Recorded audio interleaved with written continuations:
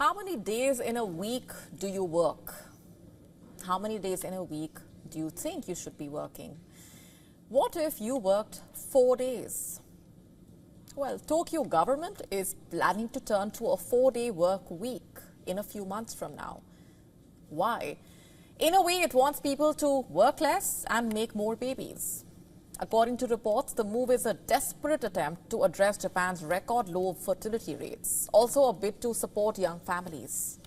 Let's break it down for you. The plans were announced recently by the Tokyo metropolitan government, which is notably one of Japan's largest employers. Tokyo Governor Yuriko Koike, in a recent policy speech, unveiled the initiative, which is set to begin in April next year. Koike said that the staff of the metropolitan government will be able to take 3 days off every week. What's more, a new childcare partial leave policy will also allow some employees to work 2 hours less per day. Koike also added that the government will ensure that no one has to give up their career due to life events, including childbirth and childcare. And through this, especially emphasizing on creating more work-life flexibility options for women who are majorly in charge of childcare to prevent them from opting out of work. But how will this policy help exactly? Well, the goal of the new policy broadly is to help employees who are either parents already or are planning for parenthood to be able to balance childcare with work. And what's more, in an additional policy, Koike announced allowing parents with children in elementary schools to trade off a bit of their salaries for the option to clock out early and spend quality time with their children and family.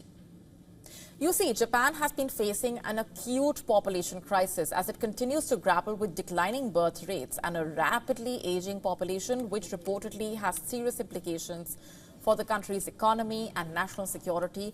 According to the Ministry of Health, Labour and Welfare, Japan's fertility rate dropped to just 1.2 children per woman last year, which is far below the 2.1 needed to maintain population stability. And this, by the way, is despite various government initiatives to encourage young couples to have children. As per experts, Japan has a demanding work culture characterized by long hours, which may discourage many women from pursuing both careers and families.